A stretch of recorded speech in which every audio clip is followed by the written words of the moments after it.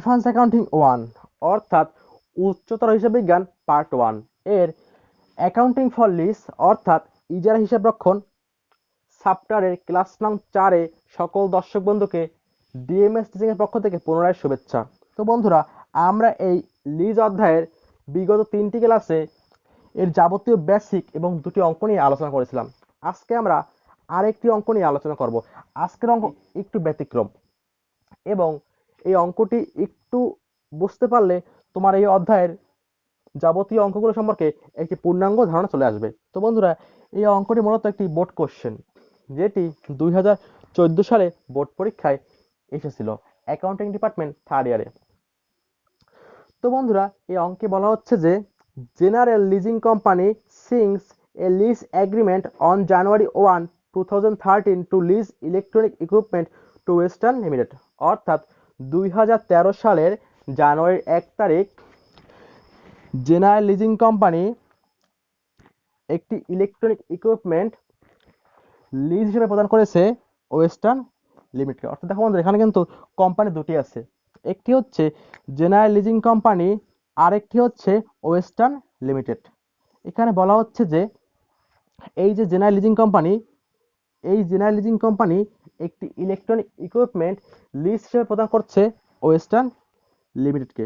অর্থাৎ লিজটি প্রদান করতেছে জেনারেল লিজিং কোম্পানি, আর লিজ যে প্রদান করে সে হচ্ছে লেজর বা ইজারা দাতা। তো যেহেতু এখানে এই সম্পদটি হচ্ছে জেনারেল লিজিং কোম্পানির, সেহেতু তিনি হচ্ছে লেজর, অথবা যেহেতু এই জেনারেল লিজিং কোম্পানি সম্পদটি প্রদান করতেছে লিজ হিসাবে ওয়েস্টার্ন লিমিটেডকে, সেহেতু তিনি হচ্ছে লেজর, কারণ যিনি লিজ প্রদান করে সে হয় লেজর। আর দেখো বন্ধুরা, এখানে প্রদান করতেছে ওয়েস্টার্ন লিমিটেডকে, আর তিনি হচ্ছে লিজি, কারণ তিনি এখানে লিজটা গ্রহণ করতেছে। তবে এখানে লিখলাম তোমাদের সুবিধার জন্য জেনারেল লিজিং কোম্পানি সমান লিজর আর ওয়েস্টার্ন লিমিটেড সমান লিজি। দেখো বন্ধুরা, এরপর বলা আছে যে the term of the lease is 2 years. অর্থাৎ এই লিজটির মেয়াদকাল হচ্ছে 2 বছর। তো খুব সহজে বলতে গেলে এই জেনারেল লিজিং কোম্পানি 2 বছরের জন্য একটি ইলেকট্রনিক ইকুইপমেন্ট লিজ হিসেবে প্রদান করতেছে ওয়েস্টার্ন লিমিটেডকে। তো বন্ধু, আমি এখানে লিখলাম n = 2, কারণ n হচ্ছে নাম্বার অফ ইয়ার্স, অর্থাৎ এই লিজের মেয়াদকাল কয় বছরের জন্য লিজটি প্রদান করা হবে। তো যেহেতু এখানে বলা হচ্ছে যে 2 বছরের জন্য লিজটি প্রদান করেছে, সেহেতু আমি লিখলাম n = 2। এরপরে বলা আছে payments are required at the end of each year. অর্থাৎ প্রতি বছরে যে লিজে ভাড়াটি দেওয়া হবে, সেই ভাড়াটি দেওয়া হবে প্রতি বছরের শেষে। আমি বলেছিলাম বেসিক ক্লাসে যে লিজে ভাড়া দেওয়ার 2টি নিয়ম রয়েছে, একটি হচ্ছে বিগিনিং অফ দ্য ইয়ার, আর একটি হচ্ছে ending of the each year. অর্থাৎ অনেক সময় বছরের শুরুতে লিজে ভাড়া দেওয়া যায়, আর অনেক সময় কেউ কোনো লিজই সে বছরের শেষে লিজে ভাড়া দিয়ে থাকে। তো বন্ধু, এখানে কিন্তু সরাসরি বলা হচ্ছে যে প্রতি বছরের শেষে সে লিজে ভাড়াটি দেবে। তো এরপরে বলা আছে the following information relates to this agreement. অর্থাৎ নিচের তথ্যগুলো এই লিজ চুক্তির সাথে সম্পর্কযুক্ত। এখন দেখো বন্ধুরা, আমি বলেছিলাম প্রতিটি ক্লাসে যে লিজের চুক্তি অর্থাৎ যে চুক্তির ফলে এই জেনারেল লিজিং কোম্পানি এই সম্পত্তি যার ছিল, অর্থাৎ ওই যে ইলেকট্রনিক ইকুইপমেন্ট, সেটি ছিল মূলত এই জেনারেল লিজিং কোম্পানির। এই জেনারেল লিজিং কোম্পানি সে তার সম্পত্তি 2 বছরের জন্য প্রদান করেছে ওয়েস্টার্ন লিমিটেডকে। এখন তাদের মধ্যে চুক্তি হলো, এই চুক্তির যে বিষয়গুলো সেগুলো নিচে দেওয়া আছে। তো আমি এখন দেখি যে কি কি বিষয় এখানে আছে চুক্তির মধ্যে। প্রথমে বলা আছে যে western limited has the option two purchase the equipment for টাকা 16,000 আপন টার্মিনেশন অফ দ্য লিজ। অর্থাৎ ওয়েস্টার্ন লিমিটেড কোম্পানি, অর্থাৎ যিনি লিজি, এই সম্পদটি যিনি লিজ হিসেবে গ্রহণ করবে, তার কাছে একটি সুযোগ রয়েছে এই লিজের মেয়াদকাল শেষে, অর্থাৎ 2 বছর পরে লিজের মেয়াদকাল শেষে সে চাইলে 16,000 টাকার বিনিময়ে এই সম্পদটি ক্রয় করতে পারে। দেখো বন্ধুরা, এরপরে বলা আছে the equipment has a cost and fair value of টাকা 1,60,000 টু জেনারেল লিজিং কোম্পানি। অর্থাৎ এই যে জেনারেল লিজিং কোম্পানি বা লেজর, তার এই সম্পদটি ক্রয় করতে বা ইলেকট্রনিক ইকুইপমেন্ট এটি ক্রয় করার খরচ হয়েছে 1,60,000 টাকা। এটি হচ্ছে তার কস্ট। পাশাপাশি এই টাকাটি হচ্ছে তার লিজেরও প্রেজেন্ট ভ্যালু। দেখো বন্ধুরা, এখানে দেয়া আছে 1,60,000 টাকা। এই টাকাটি হচ্ছে তার কস্ট, অর্থাৎ এই যে জেনারেল লিজিং কোম্পানি সে এই টাকা দিয়েই এই সম্পদটি ক্রয় করেছে, বা পাশাপাশি এই টাকাটা হচ্ছে এই লিজের প্রেজেন্ট ভ্যালু। এরপরে বলা আছে the useful life is 2 years with a সেলভেজ value of টাকা 16,000, অর্থাৎ এই যে ইকুইপমেন্টটি এর আয়ুষ্কাল হচ্ছে 2 বছর। এখন দেখো বন্ধুরা, এখানে লিজ দেওয়া হচ্ছে 2 বছরের জন্য, পাশাপাশি এই সম্পত্তি তারও আয়ুষ্কাল হচ্ছে 2 বছর, এখানে দুটোই 2 বছর। এবং আরো বলা আছে যে এই যে 2 বছর পরে ওই সম্পত্তি, অর্থাৎ ওই যে ইলেকট্রনিক ইকুইপমেন্টটি তার ভগ্নাবশেষ মূল্য থাকবে 16,000 টাকা, অর্থাৎ সেলভেজ ভ্যালু দেওয়া আছে 16,000 টাকা। এখন দেখো বন্ধুরা, এইখানে কিন্তু প্রশ্নপত্রে কোনো প্রকার আনগ্রান্টেড কথাটি উল্লেখ করা নেই। আমি বলেছিলাম বেসিক ক্লাসে যে যদি প্রশ্নপত্রে বলা থাকে আনগ্রান্টেড রেসিডুয়াল ভ্যালু অথবা আনগ্রান্টেড সেলভেজ ভ্যালু, তবে তোমাকে এই সেলভেজ ভ্যালুকে কোনো প্রকার অন্তর্ভুক্ত করার প্রয়োজন হবে না। কিন্তু যেহেতু এখানে প্রশ্নপত্রে কোনো প্রকার আনগ্রান্টেড কথাটি উল্লেখ করা নেই, শুধু বলা আছে 2 বছর পরে এই সম্পদটির ভগ্নাবশেষ মূল্য হবে 16,000 টাকা, বা সেলভেজ ভ্যালু অথবা রেসিডুয়াল ভ্যালু হবে 16,000 টাকা, সেহেতু আমি এটাকে অবশ্যই এখানে অন্তর্ভুক্ত করলাম। যদি প্রশ্নপত্রে বলা থাকতো যে আনগ্রান্টেড রেসিডুয়াল ভ্যালু অথবা আনগ্রান্টেড সেলভেজ ভ্যালু, তবে এই টাকাটির কোনো প্রকার আবশ্যকতা হতো না। যেহেতু বলা নেই আনগ্রান্টেড, সেহেতু এর অবশ্যই একটি প্রয়োজনীয়তা রয়েছে। দেখো বন্ধুরা, এরপরে বলা আছে Western limited is required to pay টাকা 5,000 each year to the lessor for executive cost. এখন দেখো বন্ধুরা, এখানে বলা হচ্ছে যে ওয়েস্টার্ন লিমিটেড কোম্পানি তাকে প্রতি বছর এক্সিকিউটিভ কস্ট অথবা পরিচালন খরচ অথবা রক্ষণাবেক্ষণ খরচ হিসাবে 5,000 টাকা প্রদান করতে হবে জেনারেল লিজিং কোম্পানিকে। এরপরে বলা আছে যে general leasing company deserves to earn A return of 10% on it's investment, অর্থাৎ এই জেনারেল লিজিং কোম্পানি সে চাচ্ছে তার এই ইজারা বিনিয়োগ হতে 10% সুদ লাভ করতে বা 10% আয় পেতে। এখন দেখো বন্ধুরা, এখানে সরাসরি কিন্তু পার্সেন্টেজ দেওয়া আছে এবং সেটি হচ্ছে 10%। যেহেতু এখানে একটি আছে পার্সেন্টেজ এবং সুতরাং এটি হচ্ছে রেট বা আর এর মান। দেখো বন্ধুরা, এরপর বলা আছে যে এরপর আছে রিকোয়ার্ড, সেখানে বলা আছে prepare journal entries on the books of general leasing company for the years 2013 and 2014।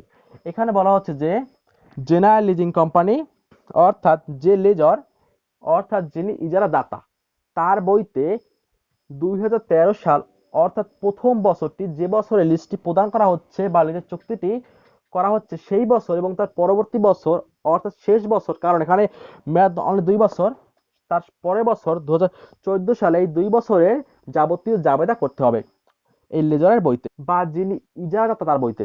এখন দেখো বন্ধুরা, এখানে আমাকে দেখতে, আমি বলেছিলাম প্রথম ক্লাসে যে যদি প্রশ্নপত্রে মূলত এখানে জাবেদা করতে বলা হয়, তো জাবেদা করার আগে তোমাকে দেখতে হবে যে পিভি কত আছে এই লিস্টটির, এবং তোমাকে দেখতে হবে যে এই লিস্টটির বাৎসরিক ভাড়া কত টাকা, অর্থাৎ প্রতি বছরে ওই লিজিকে কত টাকা করে লেজারকে ভাড়া প্রদান করতে হবে, অর্থাৎ এএলপি বা অ্যানুয়াল লিজ পেমেন্ট অথবা এএলআর অর্থাৎ অ্যানুয়াল লিজ রেন্ট।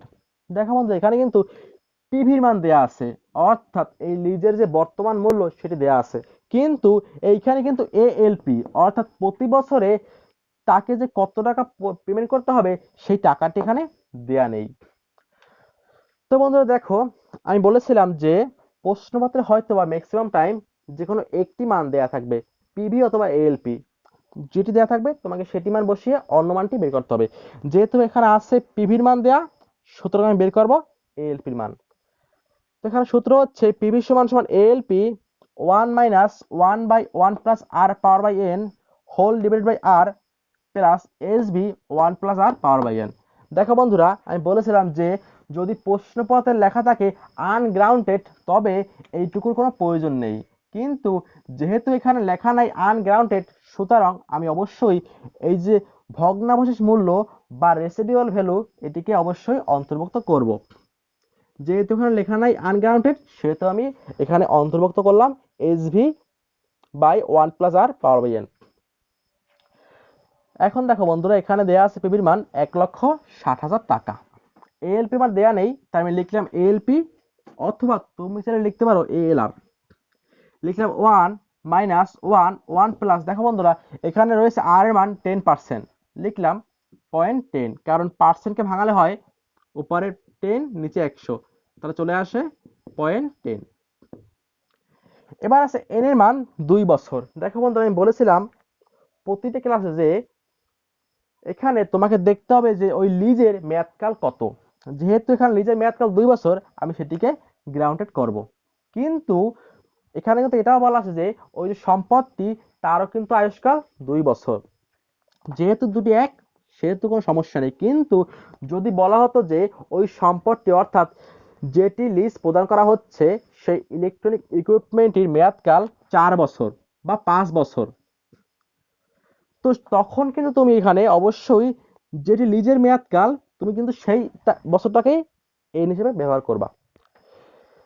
এরপরে দেওয়া আছে আর মান হচ্ছে 0.10 প্লাস এসভি বা রেসিডুয়াল ভ্যালু বা সেলস হলো 16,000 টাকা, 1 প্লাস 0.10 পাওয়ার বাই 2। এখন দেখো বন্ধু, এখানে লিখলাম 1,60,000 টাকা, লিখলাম এএলপি। এখন 1 মাইনাস উপরে 1, যদি আমি এখানে ক্যালকুলেশন করি 1 প্লাস 0.10, তাহলে চলে আসে 1.10, পাওয়ার 2 করলে চলে আসে 1.21, আর নিচে আছে 0.10। এখানে আমি লিখলাম 16,000 ভাগ, যদি আমি এটাকে যোগ করি তাহলে চলে আসে 1.10, পাওয়ার করা চলে আসে 1.21। এখন দেখো বন্ধু, এখানে লিখলাম 1,60,000 টাকা আছে এএলপি। এবার আছে 1 মাইনাস, দেখো বন্ধুরা যখন তুমি ভাগ করবে 1 ভাগ 1.21, তখন চলে আসবে 0.82645, আর নিচে আছে 0.10। এখানে যদি তুমি ভাগ করো 16,000 ভাগ 1.21, তাহলে চলে আসে 13,223। এবারে দেখো বন্ধুরা, আমি এখানে লিখলাম 1,60,000, এখানে আছে প্লাস আকারে 13,223। যেহেতু এটি আছে প্লাস আকারে, তো যখনই আমি এই প্লাসটিকে এই সমান চিহ্নের এই পাশে নিয়ে আসবো তখন এটি মাইনাস হয়ে যাবে। তো আমি এখানে দিলাম মাইনাস 13,223 সমান সমান এএলপি। এখন দেখো বন্ধুরা, যদি আমি বিয়োগ করি 1 মাইনাস 0.82645, তাহলে চলে আসে 0.17355, আর নিচে আছে 0.10। এখন দেখো বন্ধুরা, যদি আমি বিয়োগ করি 1,60,000 বিয়োগ 13,223, তাহলে চলে আসে 1,46,778। আর দেখো বন্ধু, এখানে আছে এএলপি, এখানে আছে মূলত গুণ চিহ্ন, দিলাম গুণ। এখন যদি তুমি ভাগ করো 0.17355 ভাগ 0.10, তাহলে চলে আসে 1.7355। এবার দেখো বন্ধুরা, আমি এখানে বের করবো এএলপি বা এএলআর, সাথে আছে গুণ আকারে 1.7355। তো যখন আমি এই গুণটিকে এই সমান চিহ্নের এই পাশে নিয়ে আসবো তখন এটা হয়ে যাবে ভাগ। তো আমি এখানে লিখলাম 1,46,777 ভাগ 1.7355 সমান সমান এএলপি।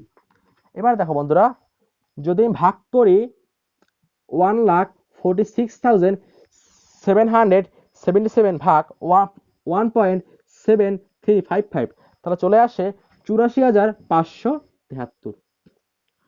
তো বন্ধুরা, এটি হচ্ছে আমার এএলপি বা অ্যানুয়াল লিজ পেমেন্ট অথবা এএলআর অর্থাৎ অ্যানুয়াল লিজ রেন্ট। অর্থাৎ প্রতি বছরের শেষে এই ওয়েস্টার্ন লিমিটেডকে 84,573 টাকা করে লিজ প্রদান করতে হবে বা লিজের ভাড়া প্রদান করতে হবে জেনারেল লিজিং কোম্পানিকে। তো বন্ধুরা, আমি কিন্তু এখানে পিবির মান অলরেডি দেওয়া আছে প্রশ্নপত্রে, আমি পেয়ে গেছি, পাশাপাশি আমি এই যে এএলপি এর মানটিও পেয়ে গেলাম। তো বন্ধুরা, এখন আমি দেখবো আমার মূল প্রশ্নের অ্যান্সারটি, অর্থাৎ আমি এখন দেখবো জাবেদার কাজটি। তো চলো বন্ধুরা, জাবেদার কাজটি দেখা যাক। বন্ধুরা, আমার কিন্তু এএলপি দ্যাট মিন্স এএলআর অথবা অ্যানুয়াল লিজ রেন্ট বের করা কমপ্লিট। পাশাপাশি আমার প্রশ্নপত্রে দেওয়া ছিল পিভির মান, এটি আমার বের করা কমপ্লিট। এরপরে দেখো বন্ধুরা, যে কাজটি আমায় করতে হবে সেটি হচ্ছে জাবেদা করতে বলা হচ্ছে আমাকে। তো আমি একটি জাবেদা ছক করলাম। এখন প্রশ্নপত্রে বলা আছে যে জেনারেল লিজিং কোম্পানি অর্থাৎ যিনি লেজর বা যিনি ইজারাদাতা অর্থাৎ এই যে ইলেকট্রনিক ইকুইপমেন্টটি, এই সম্পদটি যিনি লিজ প্রদান করেছে, খুব সহজে বলতে গেলে এই সম্পদটি হচ্ছে জেনারেল লিজিং কোম্পানির। তিনি এই সম্পদটিকে 2 বছরের জন্য লিজ হিসাবে প্রদান করতেছে ওয়েস্টার্ন লিমিটেডকে। এখন দেখো বন্ধুরা, আমি এখানে লিখলাম জেনারেল লিজিং কোম্পানি, যেহেতু লেজর বা ইজারাদাতা তাই লিখলাম লেজর, লিখলাম জার্নাল এন্ট্রিজ। প্রথমে ডেট ডিটেলস, তুমি এখানে লিখতে পারো অ্যাকাউন্ট টাইটেলস অ্যান্ড, এরপর আছে রেফারেন্স ডেবিট এন্ড ক্রেডিট টাকা। তো বন্ধুরা, প্রশ্নপত্রে বলা হয়েছিল যে 2 বছরের, অর্থাৎ এই লিস্টটি কিন্তু নেওয়া হচ্ছে 2 বছরের জন্য, আর আমাকে এখানে সেই 2 বছরই জাবেদা করতে হবে। প্রথম হচ্ছে 2013 সাল, এরপরে হচ্ছে 2014 সাল। আমি এখানে লিখলাম 2013 সাল জানুয়ারি 1। আমি বলেছিলাম বন্ধুরা বেসিক ক্লাসে যে যেদিন লিজটি প্রদান করা হয়, অর্থাৎ যেদিন লিজের চুক্তিটা সম্পন্ন করা হয় সেই দিনই একটি জাবেদা দিতে হয়। যদি সেটা হয় লিজের বুকে, অর্থাৎ যিনি লিজ গ্রহণ করতেছে সেই লিজের বুকেও দিতে হবে, পাশাপাশি যে লেজর বা যিনি লিজটি প্রদান করলো তার বুকেও দিতে হবে বা তার বইতেও দিতে হবে। এখন দেখো বন্ধুরা, যিনি লেজর অর্থাৎ যিনি লিজটি প্রদান করলো তার কিন্তু ওই 1 তারিখে সম্পদটি কমে গেল, কারণ সম্পদটি চলে গেল লিজের কাছে বা এই যে ওয়েস্টার্ন লিমিটেড তার কাছে, কারণ সে তার সম্পদটিকে গ্রহণ করলো লিজ হিসাবে। তো এখানে সম্পদ কমে গেল, তাই লিখলাম ইকুইপমেন্ট ক্রেডিট, কারণ সম্পদ কমে গেলে হয় ক্রেডিট। এখন দেখো বন্ধুরা, সম্পদ তো কমে গেল, পাশাপাশি কিন্তু তার আরেকটি সম্পদ বেড়ে গেল, অর্থাৎ আগামী 2 বছরের জন্য এই যে ওয়েস্টার্ন লিমিটেড সে হচ্ছে এই জেনারেলিজিং কোম্পানির জন্য একটি সম্পদ, কারণ আগামী 2 বছর এই ওয়েস্টার্ন লিমিটেড টাকা প্রদান করবে এই জেনারেলিজিং কোম্পানিকে। যেহেতু এই ওয়েস্টার্ন লিমিটেডকে সম্পদটি প্রদান করেছে লিজ হিসাবে, সেহেতু সে হচ্ছে সম্পদ। আর লিখলাম লিজ রিসিভেবল ডেবিট, তুমি এখানে লিখতে পারো ব্র্যাকেটে ওয়েস্টার্ন লিমিটেড। দেখো বন্ধুরা, এইখানে যা হয়েছে সেটি হচ্ছে একদিকে তার ইকুইপমেন্টই কমে গেল, অন্যদিকে তার আরেকটি সম্পদ বেড়ে গেল যার নাম হচ্ছে লিজ দেনাদার অর্থাৎ লিজ রিসিভেবল। টাকা হচ্ছে এই যে ফেয়ার ভ্যালুটি বা পিভিটি 1,60,000 টাকা। এরপরে দেখো বন্ধুরা, এরপরে যেটি আসবে সেটি হচ্ছে সুদ।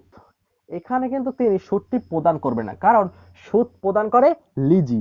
আমি এখানে করতেছি লেজরের বই, অর্থাৎ যিনি ইজারাটা প্রদান করলো, আর যে ইজারা প্রদান করলো সে কিন্তু সুদটি গ্রহণ করবে, আর যে ইজারা গ্রহণ করে সে সুদ প্রদান করে, আর যে ইজারা প্রদান করে সে সুদ গ্রহণ করে। এখন দেখো বন্ধুরা, আমি এখানে লিখলাম ইন্টারেস্ট রিসিভেবল ডেবিট আর ইন্টারেস্ট রেভিনিউ ক্রেডিট। এই বিষয়ে আমি বিস্তারিত বলেছিলাম বেসিক ক্লাসে, অর্থাৎ ক্লাস নাম 1-এ। যারা সেই ভিডিওটি দেখোনি তারা অবশ্যই দেখে নিবা।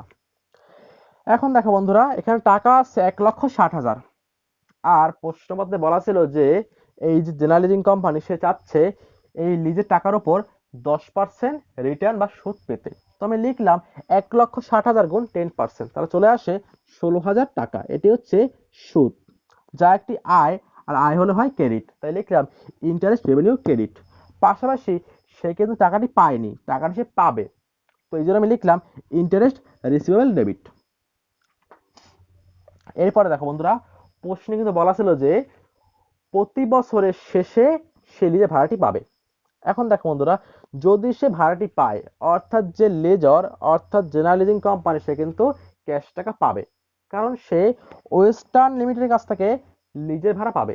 তো টাকা পেলে অবশ্যই হবে ক্যাশ ডেবিট, লিখলাম ক্যাশ ডেবিট। এখন দেখো বন্ধুরা, এই যে ক্যাশ টাকা, এর মধ্যে সে কিন্তু এই ক্যাশ টাকাটা সে পাবে কিন্তু মূলত দুটি বিষয়ের উপর।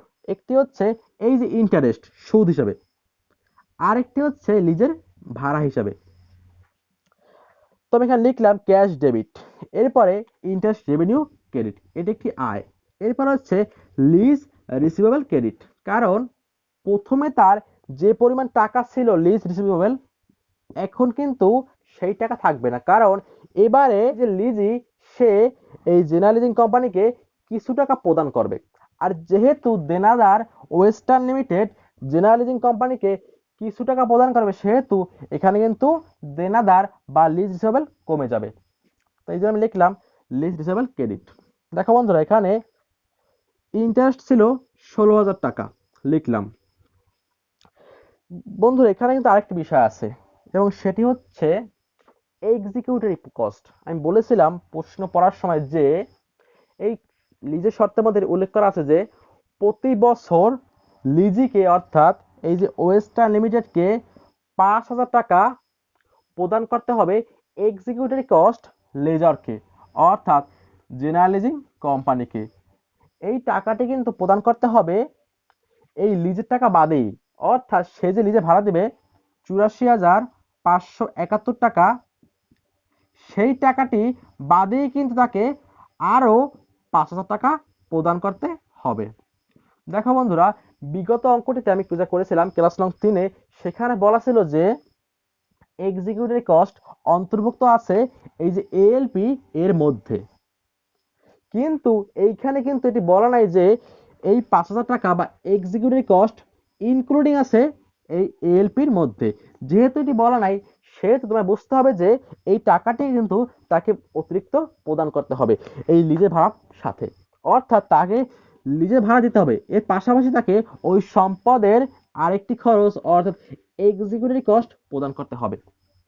এখন দেখো বন্ধুরা, তাহলে কিন্তু এই যে ওয়েস্টার্ন লিমিটেড সে কিন্তু মোট প্রদান করবে 89,571 টাকা। এর মধ্যে সে এই যে ইন্টারেস্ট রেভিনিউ এটি এবং লিজ রিসিভেবল এ দুটি মিলে প্রদান করবে 84,571 টাকা।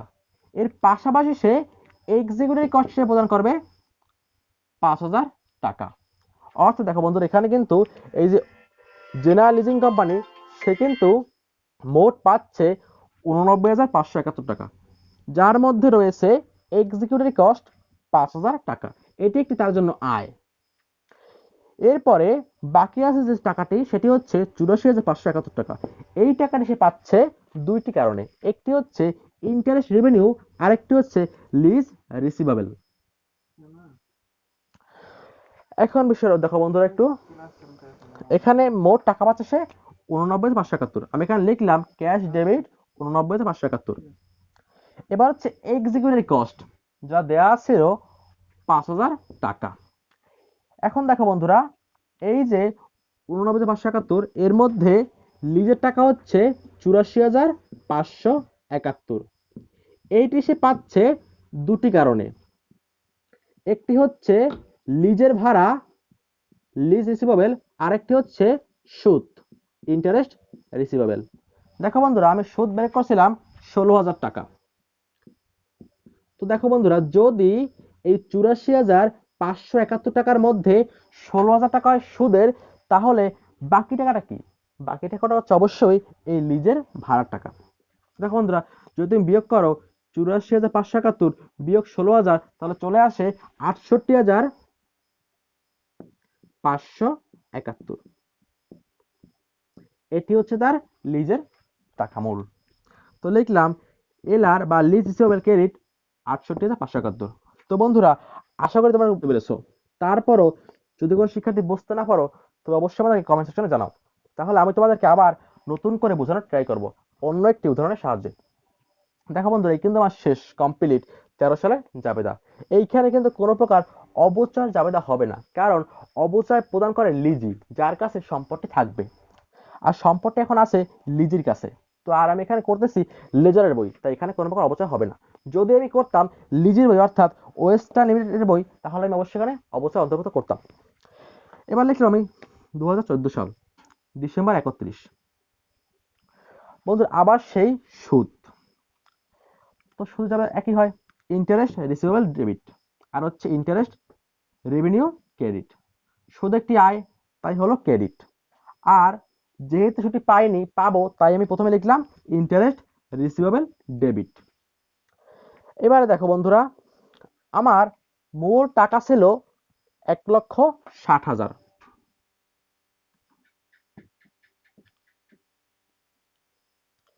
এই টাকার মধ্যে অলরেডি আমি লিজের হিসাবে পেয়েছি 68,571 টাকা। এটি আমি পেয়েছি লিজ হিসাবে। এখন দেখো বন্ধুরা, তাহলে বাকি থাকে আমার 91,429 টাকা।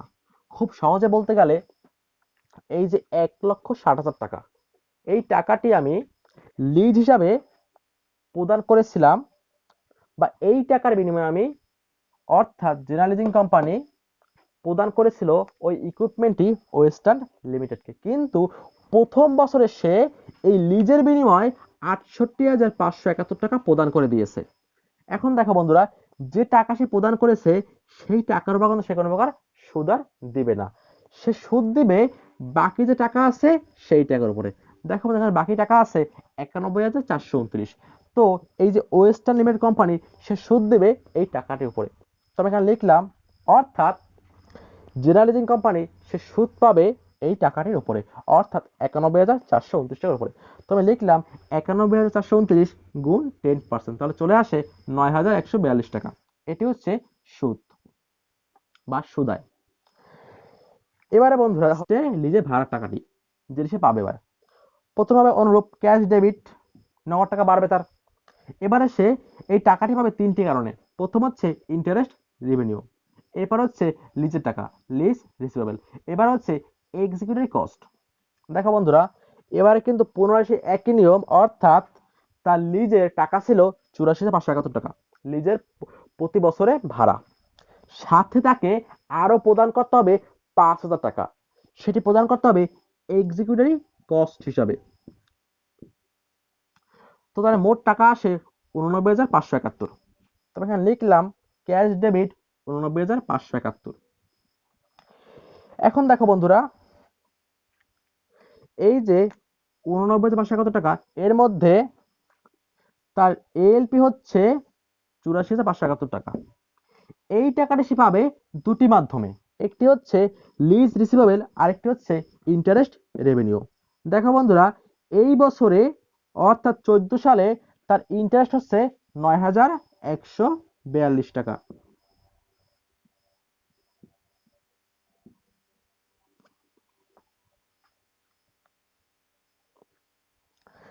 তো দেখো বন্ধুরা, যদি 84,571 টাকার মধ্যে 9,142 টাকা থাকে সুদ, তাহলে বাকি আছে কয় টাকা?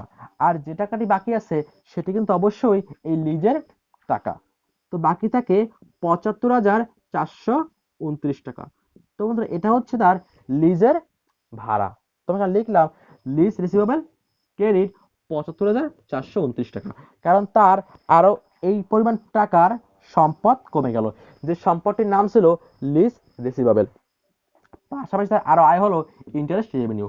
এর পাশাপাশি তাকে আরো প্রদান করলো এই ওয়েস্টার্ন কোম্পানি এক্সিকিউটিভ কস্ট, যেটি তার জন্য একটি আয়, তবে এই যে লিজি তার জন্য কিন্তু একটি ব্যয়। দেখো বন্ধুরা, একই জিনিস একজনের জন্য আয় আর একজনের জন্য ব্যয়, কারণ এই যে এক্সিকিউটিভ কস্ট এটি প্রদান করবে লিজি, যে লিজটি গ্রহণ করেছে, আর যেহেতু লিজি প্রদান করবে সেহেতু তার জন্য এটি ব্যয়, তার এটি ব্যয় হবে, অর্থাৎ তার বইতে এটি হবে এক্সিকিউটিভ কস্ট ডেবিট আর ক্যাশ ক্রেডিট, তার নম্বরটা কমবে। কিন্তু যে লেজর সে কিন্তু এটি পাবে, অর্থাৎ তার জন্য কিন্তু এটি একটি আয়, এবং সেই ক্ষেত্রে হবে ক্যাশ ডেবিট, এবং এটি যেহেতু আয় সেটি হবে ক্রেডিট। তো বন্ধুরা, এই হচ্ছে আমার 31 তারিখের জাবেদা। দেখো বন্ধুরা, এই হচ্ছে আমার প্রথম বছরের জাবেদা, এই হচ্ছে আমার দ্বিতীয় বছরের জাবেদা। তো বন্ধুরা, আমি আশা করবো তোমরা বুঝতে পেরেছো। এরপরে দেখো বন্ধুরা, এইখানে অতিরিক্ত কথা বলা আছে, সেটি হচ্ছে যে assuming the Western Limited exercise its option to purchase the equipment on December 31, 2014, prepare the journal entry to reflect the sale on Generalizing Company's book. দেখো বন্ধুরা, আমি বলেছিলাম প্রথমেই যে এখানে একটি অপশন রয়েছে, এবং সেই অপশনটি হচ্ছে এই যে 2 বছর পরে, অর্থাৎ লিজের মেয়াদকালের শেষে যদি ইচ্ছা করে তাহলে এই ওয়েস্টার্ন লিমিটেড কোম্পানি, অর্থাৎ যিনি লিজি, সে চাইলে এই লিজরের কাছ থেকে এই সম্পদটি 16,000 টাকায় ক্রয় করতে পারে। তো বন্ধুরা এখানে বলা হচ্ছে যে ধরো ওয়েস্টার্ন লিমিটেড কোম্পানি সম্পদটি ক্রয় করলো, যদি ক্রয় করে তবে এই জেনারেল লিজিং কোম্পানি বা লেজারের বইতে কি জাবেদা হবে। দেখো বন্ধু এখানে কিন্তু সম্পদটি সে ক্রয় করবে অবশ্যই 2014 সালের শেষ তারিখে, কারণ যে তারিখে ওই লিজটি শেষ হচ্ছে, কারণ এখানে বলাই আছে যে টার্মিনেশন অফ দ্য লিজ, অর্থাৎ লিজের মেয়াদকালের শেষে সে ক্রয় করতে পারবে। তো দেখো বন্ধুরা যদি এটি ক্রয় করে তবে কি জাবেদা হবে এই জেনারেল লিজিং কোম্পানি বা লেজারের বইতে। তো দেখো বন্ধুরা আমি এখানে লিখলাম 2014 সাল ডিসেম্বর 31, যদি ক্রয় করে তবে কিন্তু এই যে লেজর, যে ইজারাদাতা সম্পত্তি যার ছিল, যে ছিল ইজারাদাতা, তার কিন্তু টাকাটি বৃদ্ধি পাবে, অর্থাৎ ক্যাশ ডেবিট।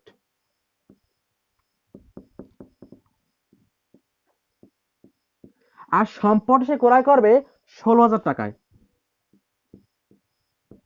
লিখলাম 16,000 টাকা ডেবিট। পাশাপাশি কিন্তু তার সম্পত্তি কমে যাবে, কারণ এই সম্পত্তি কিন্তু এখন ক্রয় করে নিল ওয়েস্টার্ন লিমিটেড কোম্পানি। তো এইখানে তুমি লিখতে পারো লিজ রিসিভেবল ক্রেডিট অথবা ইকুইপমেন্ট ক্রেডিট 16,000 টাকা। দেখো বন্ধুরা এটি কিন্তু মূলত মূল জবেদা না, এটি হচ্ছে একটি এক্সপেকশন, অর্থাৎ যদি এমনটা হতো তবে কি ঘটতো, অর্থাৎ যদি ওই লিজের শেষে ওয়েস্টার্ন লিমিটেড কোম্পানি সুযোগটি গ্রহণ করে সম্পত্তি ক্রয় করে নেয়, অর্থাৎ ওই যে ইলেকট্রনিক ইকুইপমেন্ট সেটি ক্রয় করে নেয়, তখন কি জাবেদা হবে, তখন তার ক্যাশ বেড়ে যাবে, কারণ সম্পত্তি ক্রয় করে নিল এত টাকায়, আর এই টাকাটি অবশ্যই বেড়ে গেল এই লেজারের বইতে, তার কাছে বেড়ে গেল, ক্যাশ বেড়ে গেল, পাশাপাশি তার সম্পত্তি কমে গেল বা রিসিভেবল কমে গেল 16,000 টাকা। তো বন্ধুরা এই ছিল আমার আজকের ক্লাসটি।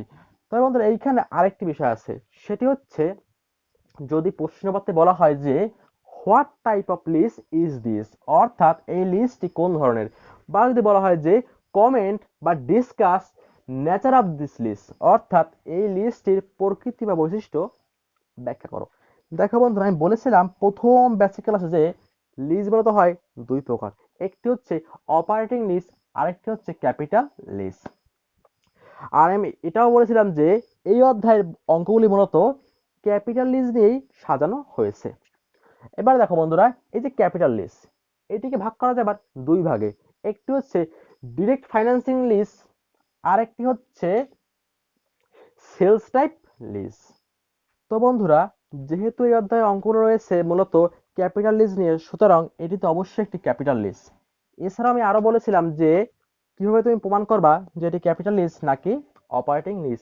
আমি বলেছিলাম যে যদি ওই লিজের সময়টি 75% বেশি হয়, অর্থাৎ সম্পত্তির আয়ুষ্কালের 75% বেশি হয়, তবে তুমি থাকো নিশ্চিত যে এটি একটি ক্যাপিটাল লিজ। এই বিষয়ে আমার ক্লাস নং 1 এবং ক্লাস নং 2 তোমরা দেখতে পারো। এবার আমি তোমাকে বলবো যে তুমি কি করে বুঝবা এটি সেলস টাইপ লিজ নাকি ডিরেক্ট ফাইন্যান্সিং লিজ। যদি তুমি এখানে লিখে দাও যে এটি একটি ক্যাপিটাল লিজ তবে কিন্তু অঙ্কটি সঠিক। তথাপি যদি কোনো শিক্ষার্থী আরেকটু বিস্তারিত লিখতে চায় যে এটি ক্যাপিটাল লিজের কোন অংশ, অর্থাৎ সেলস টাইপ লিজ নাকি ডিরেক্ট ফাইন্যান্সিং লিজ, এবার দেখো বন্ধুরা তাদের জন্য আমি বলতেছি। এবার প্রথমে বলবো ডিরেক্ট ফিনান্সিং লিজ। এই ক্ষেত্রে যা হয় সেটি হচ্ছে ওই প্রতিষ্ঠান যিনি লেজর সে প্রথমে ওই লিজটিকে ক্রয় করে অন্য কোনো প্রতিষ্ঠানের কাছ থেকে, ক্রয় করে সে লিজের কাছে লিজ দেয়। দেখো বন্ধুরা এই হচ্ছে লেজর। তো যখন হবে ডিরেক্ট ফাইন্যান্সিং লিজ তখন প্রথমে এই লেজর একটি সম্পত্তি ক্রয় করে আনবে অন্য আরেকটি কোম্পানির কাছ থেকে, এরপরে সে সম্পত্তিকে প্রদান করবে লিজের কাছে। অর্থাৎ খুব সংক্ষেপে বলতে গেলে ডিরেক্ট ফাইন্যান্সিং লিজের ক্ষেত্রে কিন্তু বন্ধুরা সম্পত্তি লেজরের হয় না, সে তৈরি করে না, সে সম্পত্তিকে বা ওই যেটি সে লিজ প্রদান করবে সেই লিজের সম্পত্তিকে প্রথমে সে অন্য কারো কাছ থেকে ক্রয় করে আনে বা ভাড়ায় আনে, এনে তারপরে সে লিজিকে প্রদান করে। আর দেখো বন্ধুরা, যখন হয় সেলস টাইপ লিজ, মূলত এই সেলস টাইপ লিজ হয় ম্যানুফ্যাকচারিং কোম্পানির কাছে, কোম্পানিদের নিকট, যারা যারা সরাসরি ওই পণ্যটিকে বা ওই যন্ত্রটিকে বা ওই সম্পদটিকে নিজেরাই তৈরি করে তারপরে সেই লিজটিকে প্রদান করে লিজ হিসাবে। দেখো বন্ধু, এখানে কিন্তু একটি মাত্র পার্থক্য রয়েছে, সুস্পষ্ট পার্থক্য, সেটি হচ্ছে যদি হয় ডিরেক্ট ফাইন্যান্সিং লিজ, তবে প্রথমে সে অন্য কারো কোম্পানির কাছ থেকে লিজের সম্পদটি ক্রয় করে তারপরে সে প্রদান করবে লিজকে। আর যদি হয় সেলস টাইপ লিজ, তবে শুধুমাত্র যে লেজার সে ওই সম্পদটিকে তৈরি করার পরে তারপরে সে প্রদান করবে লিজকে। এবার দেখো বন্ধুরা, এইখানে তুমি কি করে বুঝবা যে এই অঙ্কটি সেলস টাইপ লিজ নাকি ডিরেক্ট ফাইন্যান্সিং লিজ? এটি বোঝার একটি সহজ নিয়ম রয়েছে, সেটি হচ্ছে, দেখো বন্ধুরা, যখন হয় ডিরেক্ট ফাইন্যান্সিং লিজ, তখন যে দামে এই লেজর ওই সম্পদটিকে অন্য কারো কাছ থেকে ভাড়ায় নেয় বা ক্রয় করে, ঠিক সেই দামেই সে প্রদান করে। এখানে মূলত কস্ট আর ফেয়ার ভ্যালু একই হয়। আমি আবার বলতেছি, ডাইরেক্ট ফাইন্যান্সিং লিজের সময় কস্ট অ্যান্ড ফেয়ার ভ্যালু একই পরিমাণ টাকা হয়, কিন্তু ম্যাক্সিমাম ক্ষেত্রে সেলস টাইপ লিজের সময় কস্ট থাকে কম এবং থাকে ফেয়ার ভ্যালু সেটা থেকে অনেক বেশি। দেখো বন্ধুরা, অর্থাৎ যখন হবে ডাইরেক্ট ফিনান্সিং লিজ, তখন যাহা হবে কস্ট তাই হবে ফেয়ার ভ্যালু, কিন্তু যখন হবে সেলস টাইপ লিজ স্টিল, তখন এই কস্টটি হবে কম আর ফেয়ার ভ্যালু হবে বেশি। এবারে দেখো বন্ধুরা, এই অঙ্কটিতে কিন্তু বলা ছিল যে এই যে 1,60,000 টাকা, এটি হচ্ছে এই সম্পদের ফেয়ার ভ্যালু, পাশাপাশি এটি হচ্ছে কস্ট, অর্থাৎ এখানে কিন্তু কস্ট আর ফেয়ার ভ্যালু দুটো সমান। সুতরাং যেহেতু এই কস্ট আর ফেয়ার ভ্যালু সমান, আমি কিন্তু বলতেই পারি যে এটি হচ্ছে ক্যাপিটাল লিজের অন্তর্গত ডিরেক্ট ফাইন্যান্সিং লিজ। যদি এখানে কস্ট থাকতো কম টাকা, মনে করো কস্ট দেওয়া ছিল 1,20,000 টাকা, আর ওই সম্পদের এফভি বা দেওয়া ছিল ফেয়ার ভ্যালু 1,60,000 টাকা, তখন আমি বলতাম যে এই লিস্টটি হচ্ছে ক্যাপিটাল লিজের অন্তর্গত সেলস টাইপ লিজ। তো বন্ধুরা, যদি তোমার চাও কেউ দিতে বিস্তারিত ব্যাখ্যা, তবে অবশ্যই দিতে পারো। তো বন্ধুরা, এই ছিল আমাদের আজকে ক্লাসটি। আশা করি তোমরা সেটা বুঝতে পেরেছো। আমি ট্রাই করেছি তোমাদেরকে একটু বিস্তারিত বিশ্লেষণ করার, যার ফলে তোমরা এই অধ্যায়ের সম্পর্কে যাবতীয় ভয় ভীতি কাটিয়ে উঠতে পারো। এখন দেখো বন্ধুরা, এরপরে আমাদের ক্লাস নং 5 চলে আসবে, এবং ক্লাস নং 5-এ আমরা এই লিজের আরেকটি নিয়ম রয়েছে, সেটি হচ্ছে লিজ অ্যামোর্টাইজেশন শিডিউল। আমরা সেটা নিয়ে কাজ করব এবং সেই অঙ্কটি তোমরা অবশ্যই দেখবা।